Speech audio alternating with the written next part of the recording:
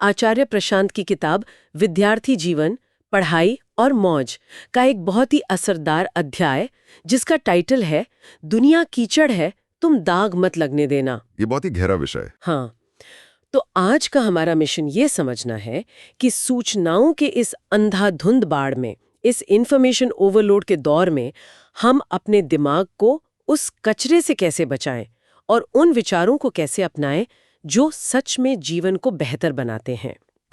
अगर हम इस किताब के मूल संदर्भ को देखें ना, तो ये बात मुख्य रूप से 8वीं से 12वीं कक्षा के किशोरों के साथ एक संवाद के रूप में कही गई है। अच्छा, सिर्फ स्कूल के बच्चों के लिए? शुरुआत वहीं से होती है, क्योंकि ये वो उम्र होती है जब जीवन के सबसे बड़े और दिशा तय करने वाले फैसले लिए जाते हैं। लेकिन इसका असर तो सब पर पड़ता होगा। बिल्कुल, इसकी गहराई सिर्फ स्कूल या कॉलेज तक सीमित नहीं है। ये आज के डिजिटल युग में जी रहे हर उस इंसान के लिए एक चेतावनी है जो अपने जीवन को किसी अर्थपूर्ण दिशा में ले जाना चाहता है। तो चलिए इस बात की थोड़ी परतें खोलते हैं। हम लोग ना हमेशा फिजिकल हेल्थ की बात करते हैं, मतलब जिम जाना, सही डाइट लेना, बाहर का जंक फूड नहीं खाना। हम अपने शरीर को लेके कितने सतर्क रहते हैं कि कोई भी खराब चीज, कोई भी बीमारी हमारे अंदर ना जाए। बिल्कुल सही बात है। हम एक निवाले को भी 10 बार जांचते हैं पेट में डालने से पहले। वही तो। लेकिन जरा सोचें, जब बात हमारे दिमाग की आती है तो हम अपनी सारी सिक्योरिटी हटा देते हैं। मतलब जो भी सामने आता है हम उसे बिना सोचे समझे अपने दिमाग में जाने देते हैं। हाँ, ये विरोधाभास असल में हमारी मानवीय प्रकृति का एक बहुत बड़ा ब्लाइंड स्पॉट है, एक बहुत बड़ी भूल है। एकदम। और आज की इस गहरी चर्चा में हम इसी अजीब आदत पर बात करने वाले हैं। हम सब रोज कुछ नया खोजना चाहते हैं। हमारा मन हमेशा कुछ नया सुनने को आतुर रहता है ना? हाँ, एकदम। जैसे क्लासरूम में पीछे बैठकर गॉसिप करने की आदत, या ऑफिस में कॉफी मशीन के पास खड़े होकर दूसरों की बातें जानने की जो उत्सुकता होती है। ये सब क्या है? ये दरअसल हमारे मन की स्वाभाविक भूख है। सही कहा आपने। और किताब में मन की इस फितरत की तुलना एक बहुत ही सटीक चीज से की गई है, एक स्पंज से। एक स्पंज? हाँ, स्पंज। ये रूपक ना सिर्फ एक उदाहरण नहीं है, बल्कि ये हमारे दिमाग की न्यूरोप्लास्टिसिटी को बहुत आसान भाषा में समझाता है। देखिए, स्पंज की अपनी कोई पसंद या नापसंद तो होती नहीं है। हाँ, उसका काम बस सोखना है। बिल्कुल। अगर एक स्पंज को साफ पानी में रखें तो वो साफ पानी सोख लेगा, उसे कीचड़ में डाल दें तो वो कीचड़ सोख लेगा, और अगर केरोसिन में डाल दें तो वो केरोसिन सोख लेगा। एकदम सोख लेना उसकी फितरत है। अगर इसको थोड़ा एवोल्यूशन या विकासवाद के नजरिए से देखें तो हमारा दिमाग इसी तरह डिजाइन हुआ है। सर्वाइवल के लिए उसे अपने आसपास के वातावरण से लगातार डेटा चाहिए होता है। पर प्रॉब्लम ये है कि हमारा दिमाग नेचुरल तरीके से जरूरी डेटा और कचरे के बीच फर्क नहीं कर पाता। वही सबसे बड़ी समस्या है। ये तो मुझे बिल्कुल स्मार्टफोन के ऑटो डाउनलोड फीचर जैसा लग रहा है। अरे वाह, ये बहुत अच्छा कंपैरिजन है ना? अगर वो सेटिंग बंद नहीं की गई है तो व्हाट्सएप पर आने वाला हर बेकार फॉरवर्ड मैसेज, हर वीडियो, हर मीम अपने आप फोन की गैलरी में सेव हो जाता है। और कुछ ही दिनों में फोन हैंग करने लगता है क्योंकि मेमोरी फुल हो जाती है। और हमारा मन भी उसी ऑटो डाउनलोड मोड पर लगा हुआ है। सही में। और सबसे डरावनी बात यह है कि एक बार जब स्पंज कीचड़ सोख लेता है ना, तो उसे उस कीचड़ से बाहर निकालने के बाद भी गंदगी उसके अंदर बहुत गहराई तक समाई रहती है। बिल्कुल। और इसी जगह पर हमारा वातावरण, या जिसे हम आम भाषा में माहौल कहते हैं, उसकी असली ताकत समझ में आती है। हम अक्सर इस बात को लेकर बेहद लापरवाह रहते हैं कि हम किन चीजों के संपर्क में हैं। जो कुछ भी हम देखते, सुनते या पढ़ते हैं, वो हमारे सबकॉन्शियस का, हमारे माइंड के कंटेंट का हिस्सा बन जाता है। साइकोलॉजी में इसे प्राइमिंग कहते हैं। तो मतलब हम दिन भर जो कचरा सोख रहे हैं, वही कचरा आखिरकार हमारे डिसीजन लेने की क्षमता को, हमारी नियति को आकार दे रहा है। एकदम सही। वही हमारा भविष्य तय कर रहा है। तो अगर हमारा मन एक ऑटो डाउनलोड पर लगा स्पंज है, तो आज के इस इंटरनेट और सोशल मीडिया के युग में वो सोख क्या रहा है? मुझे सोर्स का वो स्कूल यूनिफॉर्म वाला उदाहरण बहुत ही कमाल का लगता है। हाँ, वो बहुत ही प्रासंगिक है। मतलब अगर एक साफ सफेद यूनिफॉर्म पहनी है तो उसे गंदा करने के लिए कोई अलग से मेहनत नहीं करनी पड़ती। बस उसे पहनकर दुनिया में निकल जाइए, धूल, धुआं और पसीना उसे अपने आप गंदा कर देंगे। इसे फिजिक्स में एंट्रोपी का सिद्धांत कहते हैं, यानी ब्रह्मांड प्राकृतिक रूप से अव्यवस्था या डिसऑर्डर की तरफ बढ़ता है।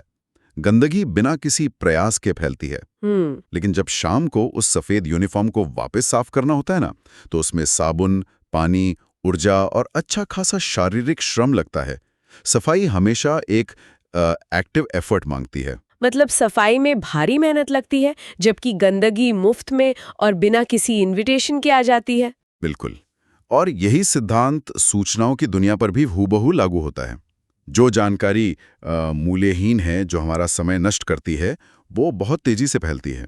जैसे कोई सस्ती गॉसिप हो गई या किसी का मजाक उड़ाने वाला मीम हो गया। हाँ, या कोई भड़काऊ खबर, वो बिना मांगे स्क्रीन पर पहुंच जाएगी, क्योंकि एल्गोरिदम जानता है कि इंसानी दिमाग नेगेटिविटी की तरफ जल्दी आकर्षित होता है।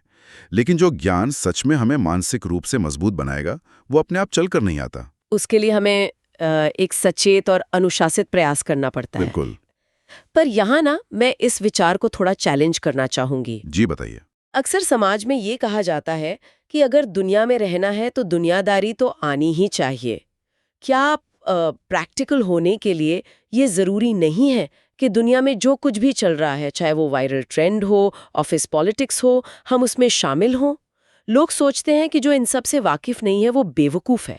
ये समाज की बहुत ही आम धारणा है, पर अगर इसे गहराई से देखें तो ये पूरी तरह खोखली साबित होती है। इसी बिंदु पर सोर्स मटेरियल में एक बहुत ही सशक्त बात कही गई है। क्या बात है वो? किसी चीज में सम्मिलित होने का अर्थ ये नहीं है कि आप उसे समझते हैं। इंग्लिश में कहें तो involvement does not equal understanding. ओह वाह, ये तो बहुत गहरी लाइन है ना? आप कीचड़ के गड्ढे में दिन भर लौटते रहिए, इससे आप कीचड़ के विशेषज्ञ या मिट्टी के वैज्ञानिक नहीं बन जाएंगे। आप बस सिर से पैर तक गंदे हो जाएंगे। दुनियादारी के नाम पर हम अक्सर सिर्फ गंदे हो रहे होते हैं। ये बहुत ही शानदार नजरिया है। यानी हम इस भ्रम में जी रहे हैं कि दुनिया की हर साथी बात का हिस्सा बनकर, हर गॉसिप में अपनी राय देकर हम बहुत समझदार और प्रैक्टिकल इंसान बन रहे हैं। यथार्थ में तो आज जिसे समाज प्रैक्टिकलिटी कहता है, वो अक्सर सिर्फ चालाकी, धूर्तता और एक तरह के मानसिक भ्रष्टाचार का दूसरा नाम है। हाँ, हम देखते हैं कि सीधे और ईमानदार इंसान को लोग भोला या बेवकूफ मान लेते हैं। बिल्कुल। और जो थोड़ा टेढ़ा या चालाक होता है, उसे लोग स्मार्ट बोलते हैं। पर चालाकी और समझदारी में जमीन आसमान का फर्क है। असली समझदारी, जो इस शोर शराबे से ऊपर उठकर सत्य को देखने की क्षमता रखती है, वो मुट्ठी भर लोगों के पास ही होती है। केवल दुनिया में शामिल होने भर से या उम्र गुजार लेने से कोई समझदार नहीं हो जाता। एक इंसान 80 साल का होकर भी ना समझ रह सकता है, अगर उसने कभी सत्य को जानने का प्रयास ही नहीं किया। सही बात है। यहाँ से ये विषय सच में बहुत दिलचस्प हो जाता है। चलिए एक पल के लिए मान लेते हैं कि दुनिया एक कीचड़ का समंदर है, गंदगी अपने आप फैल रही है और हमारा मन एक स्पंज है जो हमेशा ऑटो डाउनलोड मोड पर है। जी। तो फिर उपाय क्या है? इस चक्रव्यूह से बाहर कैसे आए? किताब इसका बहुत ही सीधा और स्पष्ट समाधान देती है। किताबें सही लोगों की संगति। संगति? हाँ, क्योंकि संगति का प्रभाव हमारे जीवन पर सबसे गहरा होता है। पर मुश्किल ये है कि आज के समय में हमारे आसपास ऐसे लोग ढूंढना लगभग असंभव है जो हमें उस गहराई तक ले जा सकें। इसलिए महान किताबें ही वो एकमात्र सुरक्षित पुल हैं। इसे समझने के लिए एक पैमाने का उदाहरण दिया गया है। मान लीजिए कि इंसानी महानता और समझदारी का एक पैमाना है, 0 से लेकर 100 तक। आज हम जिन तथाकथित सेलिब्रिटीज को अपना आदर्श मानते हैं, उनकी तरह जीने के सपने देखते हैं। हाँ, वो शायद उस पैमाने पर 30 या 40 के स्तर पर होंगे। एकदम सही। और सोचने वाली बात है कि ये 30-40 वाले वो लोग हैं जिनसे एक बार मिलने के लिए या एक सेल्फी लेने के लिए लोगों को महीनों का इंतजार करना पड़ता है। उनके आसपास इतनी सिक्योरिटी होती है कि आप नजदीक भी जाएं तो शायद वो झल्ला कर आपका फोन ही फेंक दें। वही तो। और वहीं दूसरी तरफ इतिहास में ऐसे महान लोग हुए हैं, दुनिया के सबसे बेहतरीन साहसी लोग, जो उस पैमाने पर 98 या 99 के स्तर पर हैं। वो शीर्ष 1% लोग, टॉप 1%। हाँ, उन्होंने अपने पूरे जीवन के संघर्षों का रस, अपने ज्ञान का निचोड़ निकालकर एक किताब के पन्नों में रख दिया है। वो डिस्टिल्ड नेक्टर या अमृत हमेशा हमारे लिए उपलब्ध है। ये विचार मुझे सच में बहुत रोमांचित करता है। किताबें एक तरह की टाइम ट्रैवल मशीन है। आपको किसी का इंतज़ार नहीं करना है, बस अपनी अलमारी खोलिए और बिना किसी अपॉइंटमेंट के दुनिया के सबसे महान दिमागों के साथ संवाद कीजिए। बिल्कुल। 30 या 40 वाले लोगों के पीछे भागने से बेहतर है उन 99 के स्तर वाले महान लोगों से मार्गदर्शन लिया जाए। पर यहाँ मेरे मन में ना एक सवाल उठ रहा है। जी, पूछिए।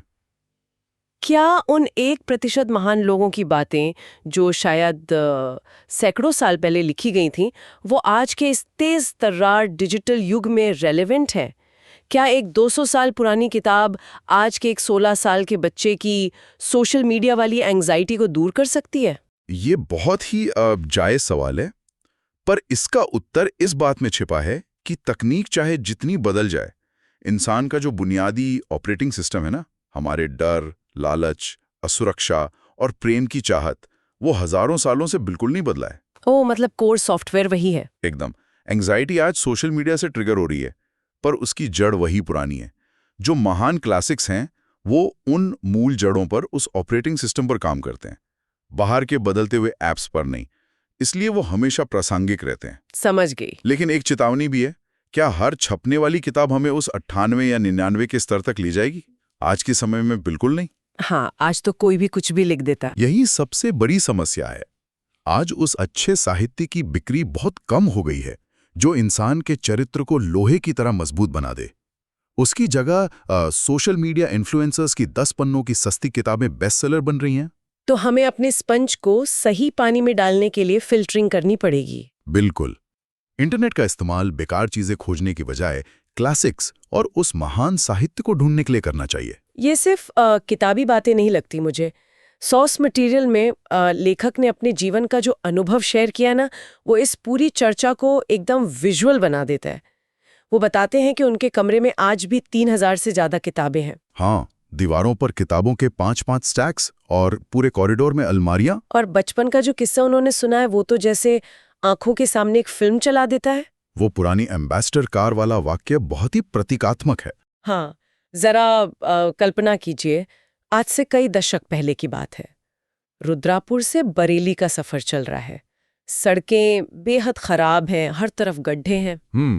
एक पुरानी एम्बेसडर कार बुरी तरह हिचकोले खा रही है और वाइब्रेट कर रही है।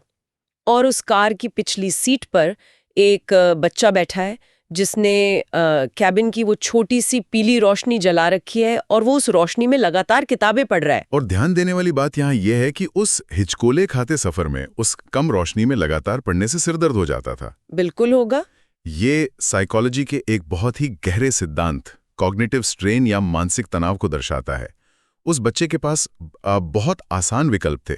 वो चाहता तो खिड़की से बाहर देख सकता था, ट्रैफिक देख सकता था, या आगे चलने वाले ट्रक्स के पीछे लिखी शायरी पढ़ सकता था। हाँ, ये सब करना बहुत आसान था। इसमें दिमाग को कोई मेहनत नहीं करनी पड़ती। इसे हम चीप डोपामीन कहते हैं। लेकिन उसने वो मुश्किल रास्ता चुना जिससे सिर दर्द होता था, क्योंकि वो समय किताबें पढ़ने के लिए था। किसी महान विचार को समझने के लिए दिमाग को जो एक्टिव मेहनत करनी पड़ती है, जो कॉग्निटिव लोड उठाना पड़ता है, वो शुरू में कष्टदायक होता है, पर वही असल में हमें बदलता है। इसे समझाते हुए जो रूपक उसे किया गया है, वो सीधे दिमाग में बैठ जाता है। अगर सामने 2 ग्लास रखे हों, एक में संतरे का ताज़ा रस हो और दूसरे में कीचड़, तो स्वाभाविक है कि हाथ संतरे के रस की तरफ ही बढ़ेगा। सही बात है। ट्रक्स के पीछे की शायरी, गॉसिप, ये सोशल मीडिया की सड़की बहस, वो कीचड़ है। और महान विचारकों की किताबें, वो संतरे का रस है। चुनाव हर पल हमें ही करना है।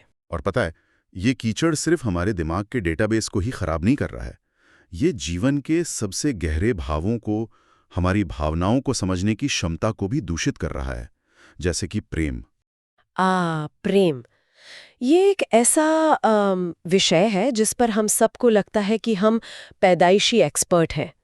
बॉलीवुड की फिल्में देख के हम सबको लगता है कि बस हमें प्यार करना आता है। और यही हमारी सबसे बड़ी भूल है। जिस तरह समझदारी केवल उम्र बढ़ने के साथ अपने आप नहीं आ जाती, उसी तरह प्रेम भी कोई ऐसी चीज नहीं है जो बस हवा में तैर रही है और अपने आप समझ में आ जाएगी। ये हमारी सबसे बचकानी समझ है कि हम गुलाब की पत्तियां तोड़कर ये तय करें कि वो मुझसे प्यार करता है या नहीं। ये जो सिनेमा और पॉप कल्चर ने हमारे दिमाग में प्रेम की छवि बनाई है, वो भी उसी कीचड़ का एक हिस्सा है। बिल्कुल। अगर सच में प्रेम को समझना है, तो हमें उन दार्शनिकों, उन कवियों और महान लोगों को पढ़ना होगा जिन्होंने सच में इसका अन्वेषण किया है, जिन्होंने सती आकर्षण से परे जाकर प्रेम के असली अर्थ को खोजा है। तो ये बात तो साफ हो गई कि अगर हमारे पास सही ज्ञान नहीं है तो हमारी भावनाएं भी भ्रमित ही रहेंगी। अगर हम इस पूरी चर्चा को एक बिंदु पर समेटना चाहें कि इसे आज के हमारे प्रैक्टिकल जीवन में कैसे लागू किया जाए, तो मुझे दलदल वाला वो उदाहरण सबसे सटीक लगता है। वो उदाहरण वास्तव में इस पूरी चर्चा के केंद्र बिंदु है कि हम दूसरों की मदद कैसे कर सकते हैं। हाँ, जैसे मान लीजिए कि ये दुनिया सच में कीचड़ का दलदल है और आपके सामने कोई उसमें डूब रहा है। हो सकता है वो आपका कोई दोस्त हो या कोई अपना हो और आप उसे बचाना चाहते हैं। लेकिन आप उसे हाथ देकर तभी बाहर खींच सकते हैं जब आपके खुद के पैर किसी मजबूत, ठोस और साफ जमीन पर टिके हों। अगर आप भी उसी दलदल में गले तक धंसे हुए हैं, उसी कीचड़ में खड़े हैं, तो आप उसे क्या बचाएंगे? वो तो उल्टा आपको भी अपने साथ नीचे खींच लेगा। ये जीवन का एक बहुत ही कड़वा लेकिन जरूरी सत्य है। हम समाज की मदद तभी कर सकते हैं जब हम खुद उस वैचारिक गंदगी से बचे रहें। हमारी अपनी क्लैरिटी, हमारी अपनी मौलिकता और हमारी इनोसेंस बची रहनी चाहिए। वही तो। अगर हमारा अपना स्पंज ही कीचड़ से भरा है तो हम बाहर वालों को सिर्फ कीचड़ ही दे सकते हैं। सही बात है। जीवन एक ही है। इसे यूं ही भीड़ के पीछे चलकर, व्यर्थ की बहसों में उलझकर और सोशल मीडिया के ट्रेंड्स की गुलामी करके गंवाने का कोई अर्थ नहीं है। हमें अपनी मौलिकता के साथ जीना चाहिए एकदम। और उसे बचाए रखने के लिए ऐतिहासिक रूप से महान लोगों की संगति से बेहतर कोई ढाल नहीं है। जो भी लोग हमेशा कुछ नया सीखने की तलाश में रहते हैं, उनके लिए आज की ये चर्चा एक बहुत ही स्पष्ट रास्ता दिखाती है। सस्ते और आसान ज्ञान के पीछे भागना छोड़ दें। दुनिया के सबसे बेहतरीन फिल्टर्ड ज्ञान की ओर बढ़ें। बिल्कुल। महान किताबें पढ़ें, क्योंकि अंततः हमारा दिमाग उसी सांचे में ढलेगा जो सामग्री हम उसे हर दिन परोसेंगे। तो अपनी इस गहरी चर्चा को विराम देते हुए एक ऐसी बात है जिस पर हम सभी को बहुत गंभीरता से सोचना चाहिए। हम सब ये बात अच्छी तरह जानते हैं कि हम जो खाना खाते हैं आखिरकार वही हमारा शरीर और हमारी मांसपेशियां बन जाता है। लेकिन जरा एक पल के लिए सोचिए, आज सुबह उठने से लेकर इस पल तक हमारे उस स्पंज ने, हमारे मन ने जो कुछ भी सोखा है, चाहे वो स्क्रीन पर स्क्रॉल करते हुए देखी गई नेगेटिविटी हो, किसी कोवर्कर की चुगली हो या कोई बेसिर पैर की बहस हो। सही बात है। अगर कल सुबह वो सारी की सारी जानकारी एक फिजिकल रूप ले ले, अगर वो सारा कचरा हमारा चेहरा बन जाए, तो क्या हम उस चेहरे को आईने में देखना बर्दाश्त कर पाएंगे? ये सच में रोंगटे खड़े कर देने वाला विचार है ना? तो अपनी मेंटल डाइट और अपने स्पंज के ऑटो डाउनलोड को आज ही चेक करना शुरू करें। शुरुआत आज से ही होनी चाहिए।